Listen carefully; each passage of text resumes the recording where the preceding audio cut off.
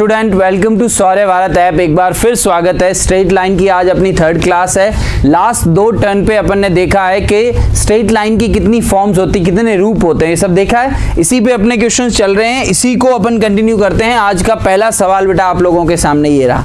देखो इस क्वेश्चन को लिखो और साथ में समझो, मैं आपको टाइम दे रहा हूं इसको सॉल्व करने का। क्वेश्चन ये है, a straight line intercept x and y axis at p and q respectively if 3,5 is the middle point of pq, ठीक है, then what is the area of that triangle OPQ। यहाँ पे O जो है वो origin है, O जो है वो ओरिजिन है। हिंदी मीडियम के बच्चे भी देख सकते हैं इसको। एक सरल रेखा x और y अक्षों को क्रमशः p और q पे प्रतिच्छेद करती है। यदि एक बिंदु दे रखा है PQ का मध्य बिंदु है तो त्रिभुज OPQ का क्षेत्रफल क्या होगा। बहुत ही प्यारा क्वेश्चन है बेटा। अपन ने यहां से आज की क्लास को स्टार्ट किया। बताओ इस क्वेश्चन का आंसर।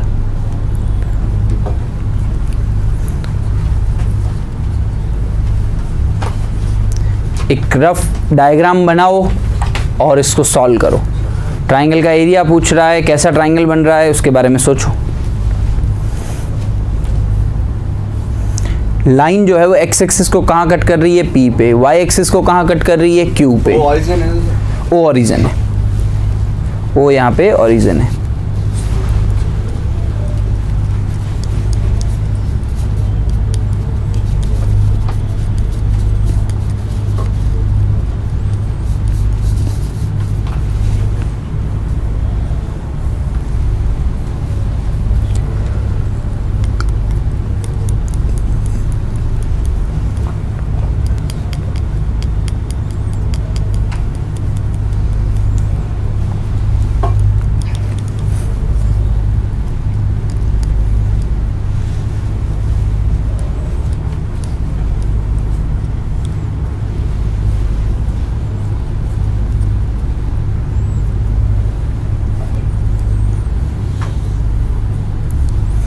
चलो जो बच्चे स्टार्ट नहीं कर पा रहे उनके लिए थोड़ी सी हेल्प मैं यहाँ पे कराता हूँ। आप है ना एक काम करो, एक्सेस बना दो, एक्स अक्ष वाई अक्ष, ठीक है। और मान लेते हैं ये वो लाइन है। एक्स एक्स को कहाँ कट कर रही है बेटा, ये पी पे, और वाई एक्स को कहाँ कट कर रही है, क्यू पे। एक दूसरा पॉइंट दे रखा है, जो भी आप नाम लेना चाहो अपनी तरफ से, आर ले लिया। और ये पॉइंट क्या है बेटा, 3,5। और ये बोला गया है कि ये इनका मिड पॉइंट है, ये इनका मध्य बिंदु है। जितना दूरी ये है उतना ही दूरी ये है, मिड पॉइंट है। अब मुझे क्या चाहिए, मुझे ये चाहिए कि इस ट्राइंगल का एरिया, मतलब ये पूरा एरिया चाहिए। क्या ऑप्शन आ रहा है, वेरी गुड, ठीक है। मुझे इस ट्राइंगल का एरिया चाहिए। एरिया मुझे बताओ, ये ट्राइंगल कैसा है, right angle triangle. Right angle triangle का एरिया क्या होता है, base into perpendicular into half, 1/2 आधार इंटू लंब होता है। तो इस त्रिभुज POQ का जो क्षेत्रफल होगा, जो एरिया होगा, वो होगा 1/2। ये लेंथ चाहिए OP वाली, इंटू दूसरी लेंथ कौन सी चाहिए बेटा अपने को, OQ। ये दोनों मिल जाएंगे तो क्वेश्चन खत्म हो जाए। अब मुझे बताओ इस पॉइंट P का y कोऑर्डिनेट कितना होगा। क्यों, क्योंकि ये x एक्सिस पे। ये पॉइंट आप A मान लो। अच्छा, इस पॉइंट Q का x कोऑर्डिनेट कितना होगा, और ये पॉइंट आप B मान लो। तो मुझे बताओ मिड पॉइंट फॉर्मूले से AB का वैल्यू नहीं आएगा। क्या होता है मिड पॉइंट फॉर्मूला, याद करो। x होता है x1 प्लस x2/2 और y होता है y1 प्लस y2/2।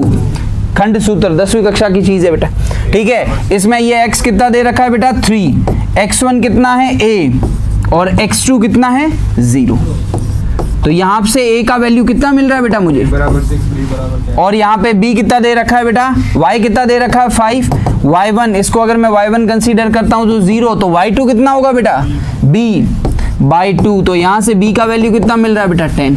अब एरिया में मुझे बताओ 1/2, ये कितना मिल गया 6, ये कितना मिल गया 10। तो देखो 60/2 30 स्क्वायर यूनिट, 30 वर्ग इकाई इसका आंसर हो जाएगा। देख लो बेटा इस क्वेश्चन का करेक्ट ऑप्शन डी हो जाएगा बेटा।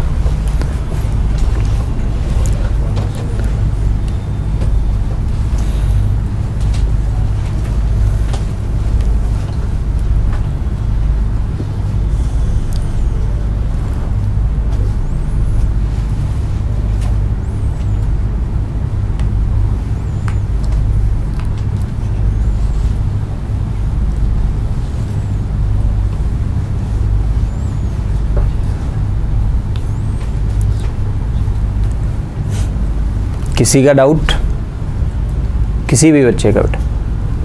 ठीक है, वैसे जनरली ट्राइंगल का एरिया, त्रिभुज का क्षेत्रफल क्या लेते हैं? 1/2 आधार इंटू ऊंचाई, 1/2 बेस इंटू हाइट।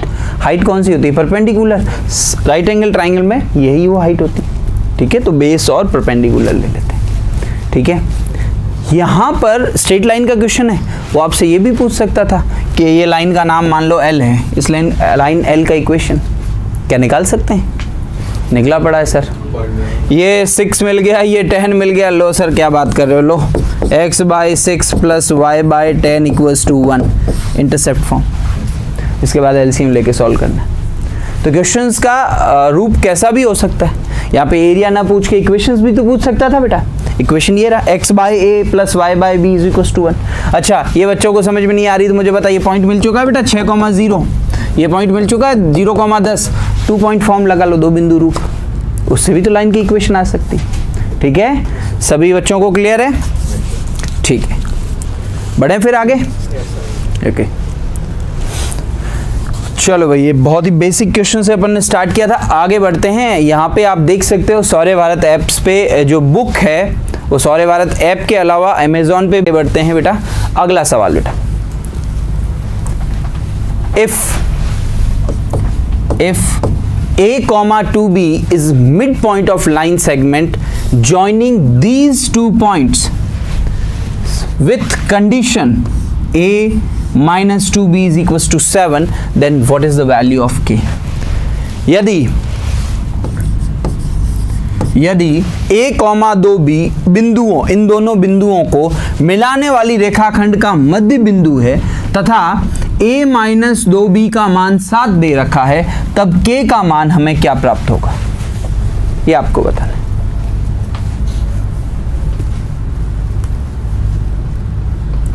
तब K का मान हमें क्या प्राप्त होता है, ये आपको बताना है।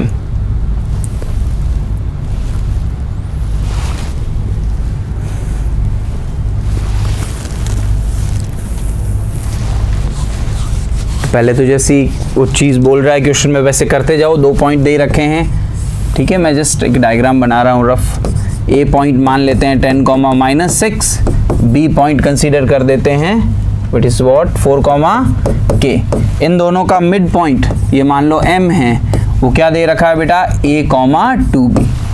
साथ ही साथ एक और सिचुएशन दे रखी है कि A minus 2B is equals to 7, ये एक और इक्वेशन दे रखी है। अब आपसे वो K का वैल्यू पूछो, मिड पॉइंट फॉर्मूला लगाओ, आंसर आ जाएगा। यहाँ से A और B का वैल्यू निकालो इन टर्म्स ऑफ K, फिर इस इक्वेशन में रख दो, K आ जाएगा। करो सॉल्व इसको। 2 आया, K का वैल्यू 2 आया। ओके, चेक करते हैं। A की वैल्यू 2, B का वैल्यू -2 नहीं, कहीं साइन -12, B A पूछ ही नहीं रहा, सिर्फ K पूछ। A की वैल्यू 2 बेटा। Mid point formula x coordinate, बार बार लिख रहा हूं इसको, x1 + x2/2 होता है। अब देखो इसका x कोऑर्डिनेट A दे रखा है, x1 कितना है 10, x2 कितना है k/2, तो यहाँ से अपने को A का वैल्यू मिल गया। ऐसे ही अपन B का वैल्यू y कोऑर्डिनेट से निकालें, y = y1 + y2/2। किसी बच्चे को समझ में नहीं आ रहा तो मैं थोड़ा और स्पेसिफिक हो जाता हूँ। ये x1 y1 होता है बेटा, ये x2 y2 होता है और ये पॉइंट x और y होता है। तो y कितना दे रखा है बेटा 2b, y1 is what -6 plus y2 4 है अपॉन 2, तो ये -2/2 दैट मीन्स वॉट -1। अब ये 2b ही रखो, क्योंकि देख मेरे भाई यहाँ पे जो इक्वेशन है वो 2b में है, तो क्यों b निकालें, फिर वापस 2 से मल्टीप्लाई करें। a का वैल्यू क्या मिला, a का वैल्यू है 10 + k/2 और minus with what is the value of 2b that is what -1 equals to 7।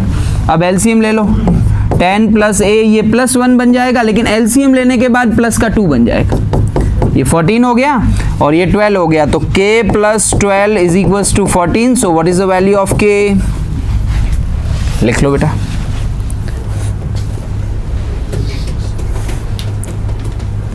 ठीक है, तो बहुत ही आसान से क्वेश्चंस हैं, इन क्वेश्चनों में आपको परेशान होना ही नहीं है बेटा। बेसिक आपको मिड पॉइंट फॉर्मूला, अच्छा कोई इक्वेशंस दे रखी है तो उसको सेटिस्फाइड कराएगा, a और 2b का वैल्यू यहाँ रख दिया इन टर्म्स ऑफ k के रूप में, तो उससे k का वैल्यू आ गया। बताओ किसी को प्रॉब्लम है तो। कोई चीज़ समझ में नहीं आ रही है?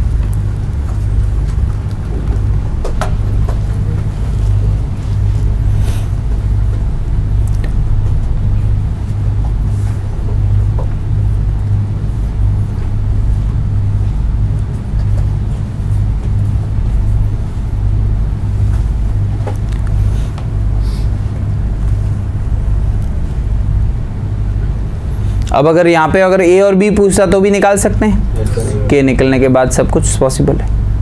वैसे तो बी का वैल्यू तो मिल ही गया -1/2, ठीक है। और यहाँ पे के का वैल्यू आप पुट करोगे 2 तो 12/2 6 आ जाएगा, ठीक है। तो ए बी भी पूछ सकता है, ज़रूरी नहीं कि सिर्फ वो के पे ही रहे। आगे बढ़े, ओके। नेक्स्ट क्वेश्चन बेटा आप लोगों के सामने ये है, और काफ़ी अच्छा क्वेश्चन है ये। इसमें आपको ज्योमेट्री की थोड़ी नॉलेज होनी चाहिए, और आई थिंक आपको है। क्वेश्चन ये बोल रहा है, let P S be the median of a triangle whose vertices are P Q R. I think तीनों दे रखे हैं, बिल्कुल विजिबल है, ओके। तीनों वर्टेक्सेस दे रखे हैं बेटा, P Q R. The equation of line passing through this point 1, -1 and parallel to P S, ठीक है। मान लीजिए पी एस त्रिभुज की माध्यिका है। अब ये माध्यिका मीडियन, इसकी नॉलेज आपको होनी चाहिए। जिसके शीर्ष, त्रिभुज के शीर्ष दे रखे हैं, 1, -1 से गुजरने वाली और पी एस से समांतर रेखा, पी एस के समांतर रेखा का समीकरण क्या होगा? कोशिश करो आप इसको 1 मिनट के लिए, ज़्यादा टाइम कंज्यूमिंग नहीं है, छोटे छोटे क्वेश्चंस है, बस आपको कॉन्सेप्ट क्लियर होना चाहिए। माध्यिका क्या होती है, लंब रेखा क्या होती है, what is median, what is a perpendicular lines, और ये प्रोबेबली अपन आज ही पढ़ेंगे। ट्राइंगल्स के सारे सेंटर पढ़ेंगे, centroid, incentre, circumcentre, orthocentre, उसमें ये सारी चीज़ें और आने वाली है। ये माध्यिका शब्द आपने 10वीं और 9वीं की ज्योमेट्री में खूब सुना है, जो हिंदी मीडियम के बच्चे हैं उनको बोल रहा हूँ। Median,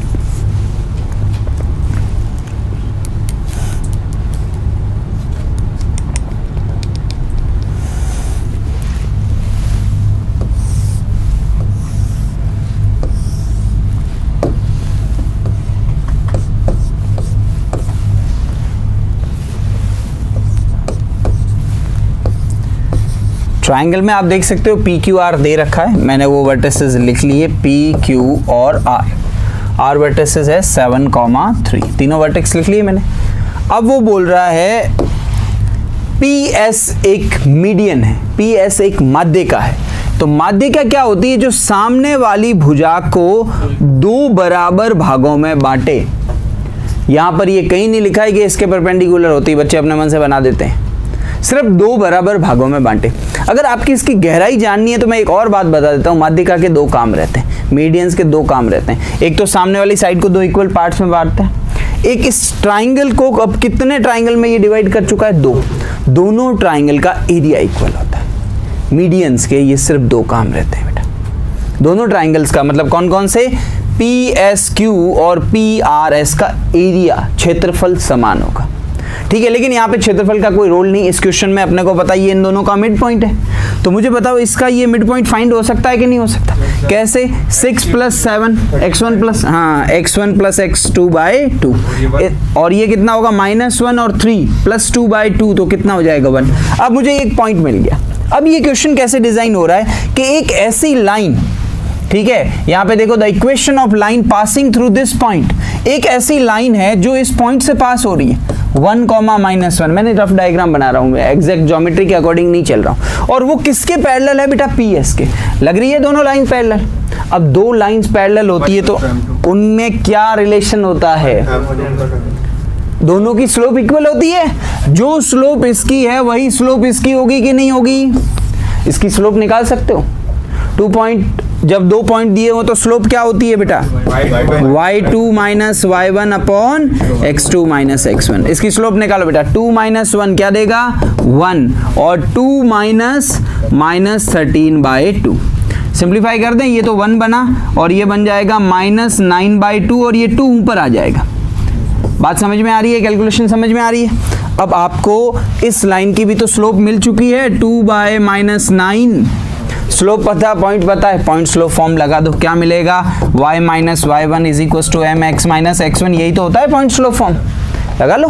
y minus y1, what is the value of y1, ये होता है बेटा y1 -1 है तो ये +1 बन जाएगा, -2/9 x minus x1 which is what 1, 9 का यहाँ मल्टीप्लाई करा दो, 9y + 9 इक्वल्स टू -2x + 2, सबको इधर ले आओ, 2x + 9y और ये 2 इधर आएगा तो सब्ट्रैक्ट हो जाएगा, +7 इक्वल्स टू 0। कोई चीज ऐसी बातें कर रहा है क्या? ऑप्शन नंबर ए ऐसी बातें कर रहा है, 2x + 9y + 7 = 0। बताओ ये क्वेश्चन में आपको कहाँ प्रॉब्लम होने चाहिए? बच्चा क्या करता है यहाँ पे मैं बताऊँ, ये 1, -a किसी ट्राइंगल में देखने की कोशिश करता है, ट्राइंगल में है ही नहीं भाई। वो ये बोल रहा है कि एक ऐसी लाइन जो इस पॉइंट से पास हो रही है और PS के समांतर है, PS के समांतर P पता है, S पता, मतलब इसकी स्लोप पता, जो स्लोप इसकी होगी वही इसकी होगी, जो ढाल इसकी होगी वही ढाल इसकी होगी। क्यों? क्योंकि दो समांतर रेखाओं की ढाल बराबर होती है और दो लंबवत रेखाओं की ढाल का गुणा -1 होता है। ठीक है, लिख लो बेटा इसको।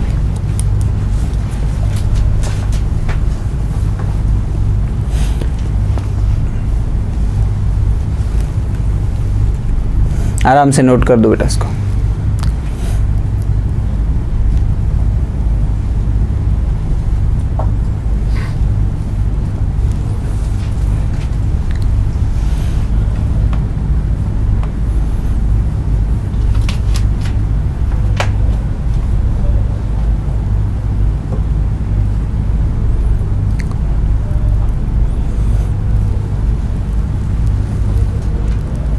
स्ट्रेट लाइन में लैंग्वेज बहुत इंपॉर्टेंट है बेटा।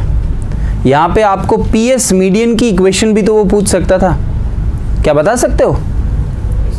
बिल्कुल बता सकते हैं सर, ये पॉइंट पता, ये पॉइंट पता, 2 पॉइंट फॉर्म लगा के इक्वेशन निकाल देंगे। ठीक है, PS मीडियन की वो स्लोप पूछ सकता था, ये लो सर -2/9, तो क्वेश्चन किसी भी फ्रेम में जा सकता है, उसके लिए तैयार रहो। एक जनरल आइडिया होना चाहिए, एक रफ। और स्ट्रेट लाइन तो बेटा सबका फेवरेट होता है, चीज़ें सामने दिखती है, सामने दिखती है कि हाँ ये ट्राइंगल है, ये इसका मीडियन है, वो उसकी पैरेलल लाइन है जो PS के पैरेलल है, ये एक लाइन है जो इस पॉइंट से जा रही है। एग्जैक्ट ज्योमेट्री बनाने की कोशिश मत करना, फालतू में टाइम वेस्ट होगा कि मैं क्वाड्रेंट में वो देखूँ किस में प्लस किस में माइनस, कोई नेसेसरी नहीं है बेटा।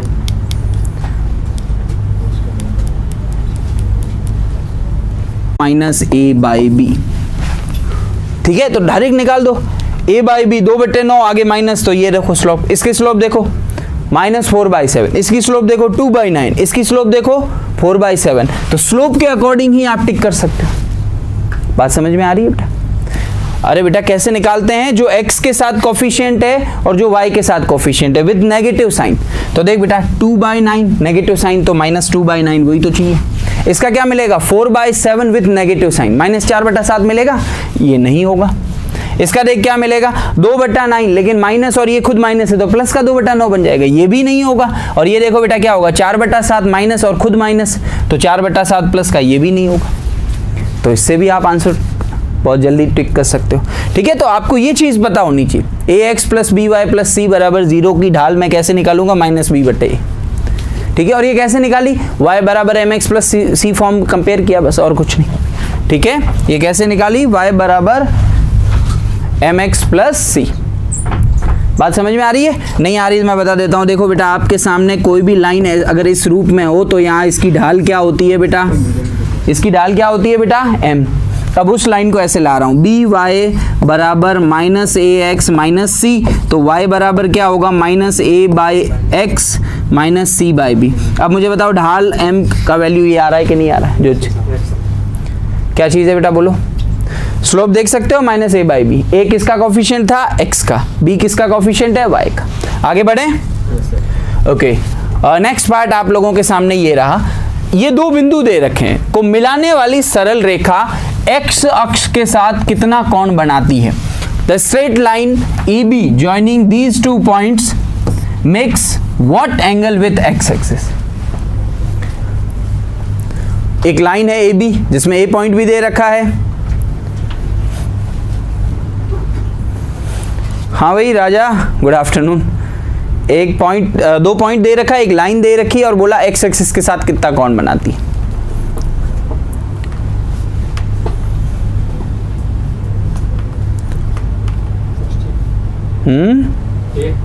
गुड।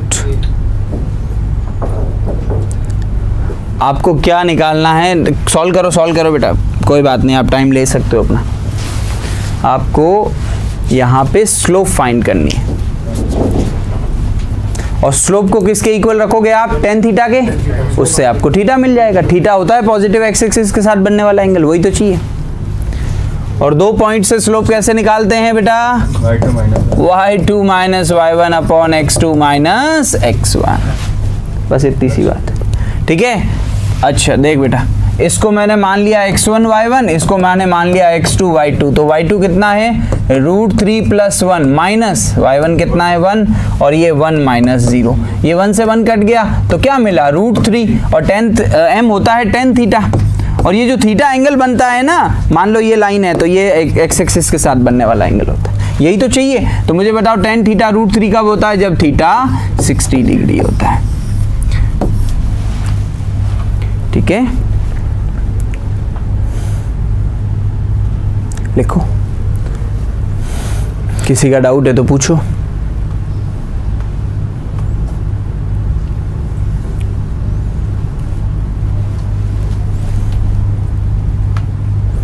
इन 2 पॉइंट से जाने वाली इक्वेशन भी निकाल सकते हैं, कोई बड़ी बात नहीं, 2 पॉइंट फॉर्म।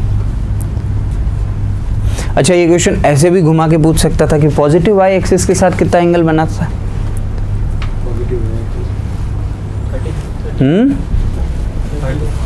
नहीं मतलब Y axis in general positive negative दोनों हो सकता है, वाई एक्सिस के साथ कितना एंगल बना रहा है, ये एंगल 60 आ गया, तो ये एंगल कितना होगा बेटा, 30 हो जाएगा। चलो मैं डायग्राम को थोड़ा बेटर वे में बताऊं। ये मान लो लाइन है, ये एंगल कितना आ चुका है मेरे पास, तो ये भी कितना होगा, क्यों, वर्टिकली ऑपोजिट, शीर्षा विमुख कोण, शब्द सुना है। और ये एक राइट एंगल ट्राइंगल है, ये 90 है, तो ये एंगल कितना होगा 30, ठीक है। तो ये कहानी कैसे भी वो चेंज कर सकता है, उसके बस में, उसके हाथ में। आप तैयार रहो, आगे बढ़े। ओके, अगला सवाल बेटा, इन 2 बिंदुओं से होकर जाने वाली सरल रेखा की ढाल निम्नलिखित में से कौन सी होगी, स्लोप पूछ रहा है 2 पॉइंट से। Which of the following will be the slope of straight line passing through these 2 points, मतलब 10 सेकंड का सवाल है।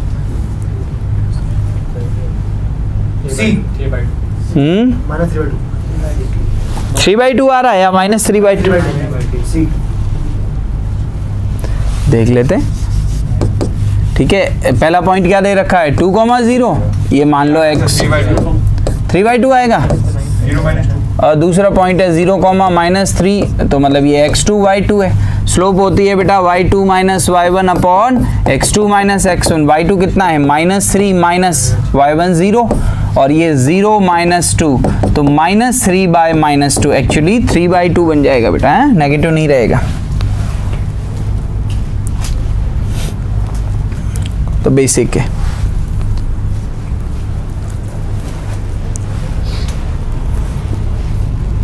बढ़े आगे, छोटे से फॉर्मेट में लिख लो कि इन दोनों की स्लोप ये होगी। हाँ भाई,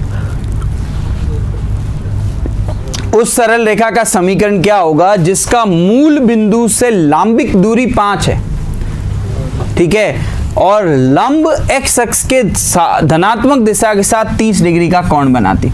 What will the equation of straight line whose perpendicular distance from origin is 5 and perpendicular makes an angle of 30 degree with positive direction of x-axis?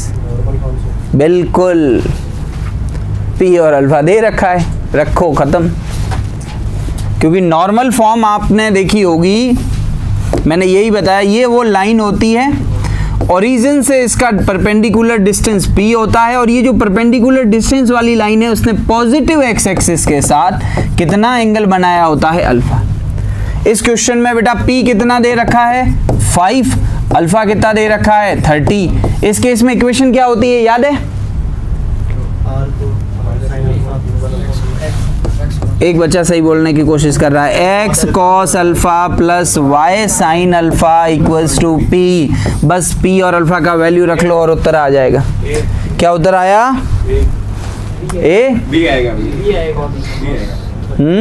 B आएगा बी आएगा। हाँ cos 30 बी आ जाएगा बेटा। वैल्यू बहुत सेटिंग है। बिल्कुल संजना कुंवर, बहुत बढ़िया। पिछले क्वेश्चन का आंसर डी था और इस क्वेश्चन की बात करते हैं। इस क्वेश्चन का आंसर देखते हैं क्या होता है बेटा। बी आ जाएगा। Yes, sir. कैसे? x cos 30, एक बार चलो लिख लेते हैं cos 30, y sin 30 और बराबर में p कितना दे रखा है 5। cos 30 कितना होता है √3/2, sin 30 कितना होता है 1/2। एलसीएम लेके 2 उधर मल्टीप्लाई हो जाएगा तो √3x + y बराबर 10। ऐसे एक ऑप्शन कौन सी ऐसी बातें कर रहा है? Option number B. तो इस क्वेश्चन का करेक्ट ऑप्शन बी हो जाएगा बेटा। तो भूल तो नहीं गए थे नॉर्मल फॉर्म? ठीक है, तैयार रहना बेटा उसके लिए भी। और हिंदी में जो वर्डिंग है, हिंदी मीडियम के बच्चे विशेष रूप से ध्यान दो। उस सरल रेखा का समीकरण जिसका मूल बिंदु से लंबिक दूरी, मतलब एक ऐसी दूरी जो उस पर लंबवत हो, ठीक है, और लंब, जो लंब खींचा गया है ना बेटा, वो एक्स एक्स की धनात्मक दिशा के साथ। सेम जो वर्डिंग, इंग्लिश मीडियम वाले बच्चे भी इसको देखें, क्योंकि वर्डिंग से ही आपको क्वेश्चंस को पिक करना है।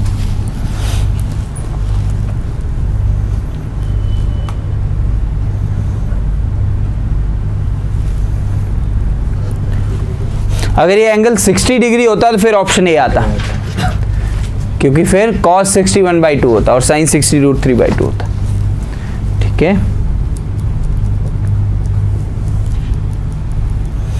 लिखो फटाफट इसको भी।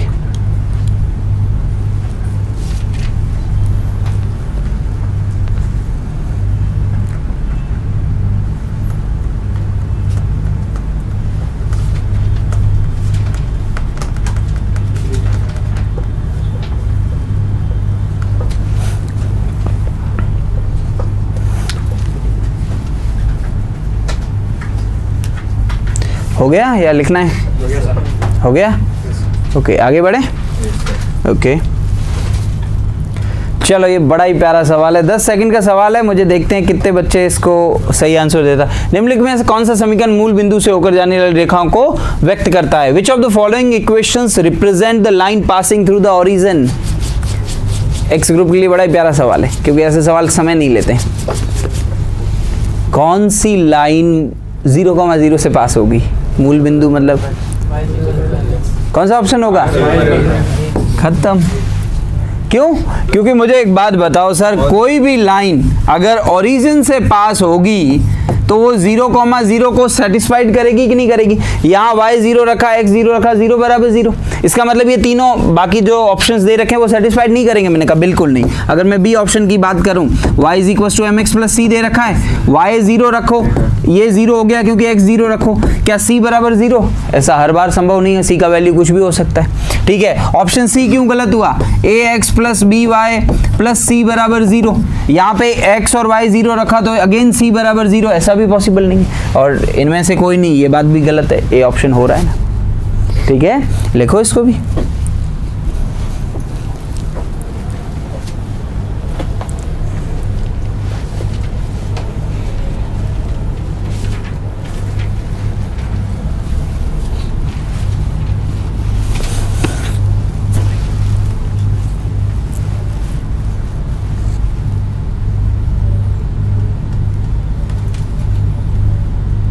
जीरो कॉमा 0 को सेटिस्फाइड वही करेगा जो x 0 रखो, y 0 रखो, LHS RHS इक्वल मिले।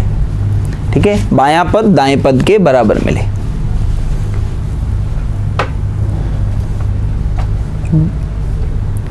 बड़े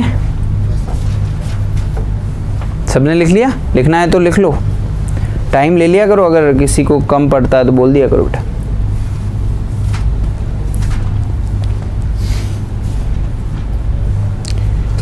चलो भाई, अगला सवाल आप लोगों के सामने है। उस सरल रेखा का समीकरण क्या होगा जो x अक्ष की धनात्मक दिशा के साथ साइन इनवर्स 12/13 का कोण बनाती है एवं y अक्ष पर -5 का अंतःखंड काटती है? What will the equation of straight line which makes an angle of 12/13, sine inverse 12/13, ये साइन इनवर्स है, which with the positive direction of x-axis and on the y-axis intercept the segment of -5.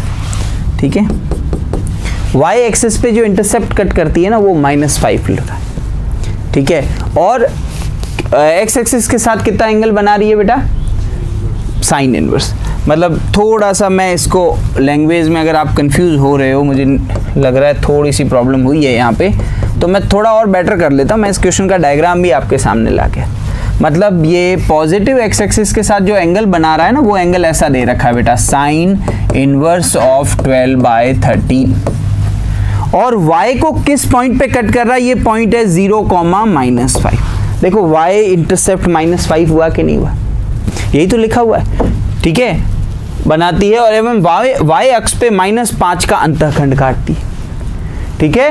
और यहाँ पे भी देखते हैं, and on the y axis intercept the segment of -5, ठीक है, y इंटरसेप्ट जो है वो -5 का। अब मुझे बताओ इस लाइन की इक्वेशन क्या होगी। ITF पढ़ के आए हो ना, 12th पास हो बेटा, थोड़ा तो आइडिया होगा। वैसे अपन पढ़ेंगे ITF, इनवर्स ट्रिग्नोमेट्रिक फंक्शन, ठीक है, प्रतिलोम त्रिकोणमितीय फलन, 12वीं में 2nd नंबर पे आता है ये चैप्टर, और यहाँ पे तो उसका कुछ खास लग भी नहीं रहा, बहुत बेसिक है, बहुत बेसिक है।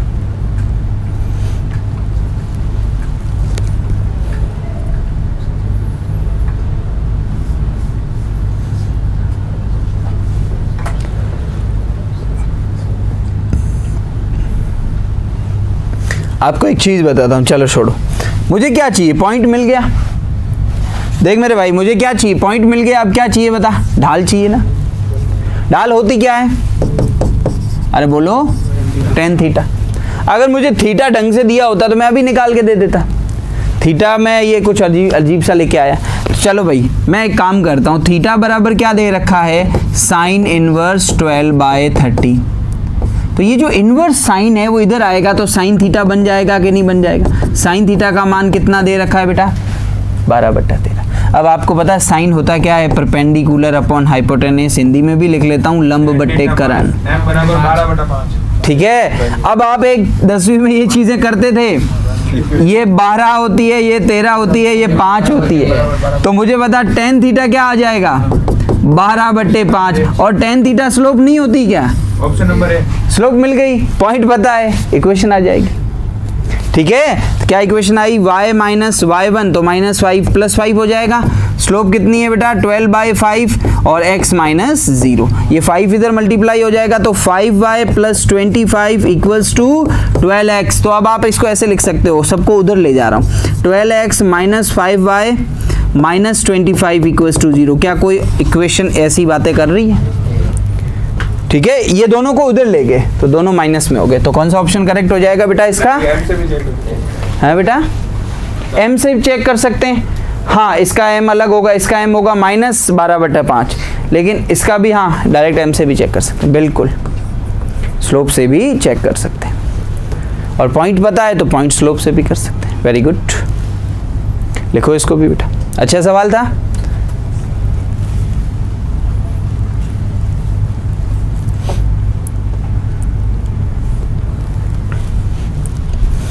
इनका कहना भी सही है बेटा, डायरेक्ट पॉइंट से भी मैंने अभी लिखा है -a/b, -a/b, इसका कितना आएगा, इसका कितना आएगा 12/5, इसका आएगा -12/5, इसलिए ये ऑप्शन नहीं होगा, इसका भी -12/5, और नन ऑफ दीज, एक तो करेक्ट होने वाला ही है, ठीक है। अब ये नन ऑफ दीज मिल जाए ना तो बेटा श्योरिटी के लिए, डबल श्योरिटी के लिए आप इस इक्वेशन को इस पॉइंट से भी सेटिस्फाइड करा देना।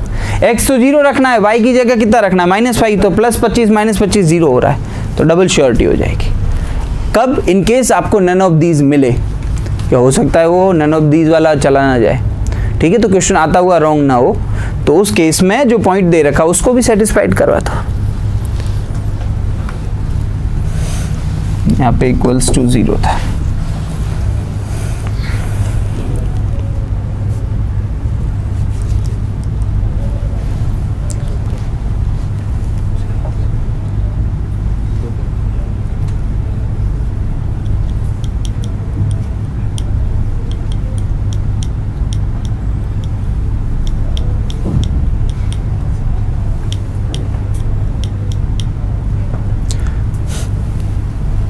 लिख लो आराम से इसको।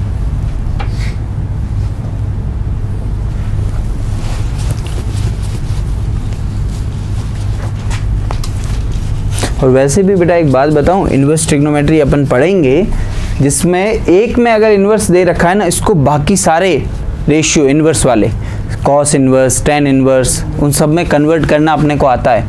ठीक है, तभी तो बहुत सारे फॉर्मूले प्रूफ वाले चीज़ें अपन वहाँ पे बोर्ड में करते थे। ठीक है, तो बस साइन इन्वर्स को टेन इन्वर्स में चेंज किया, स्लोप टेन थीटा होता है, तो सीधी सीधी स्लोप आ गई, थीटा ही नहीं आया, सीधी सीधी स्लोप भी आ गई। आगे बढ़े बेटा नेक्स्ट क्वेश्चन के लिए, नेक्स्ट पार्ट के लिए, जिसमें एक पार्ट मैं एक्सप्लेन करूंगा आज। ठीक है बेटा, ये त्रिभुज के केंद्र होते हैं,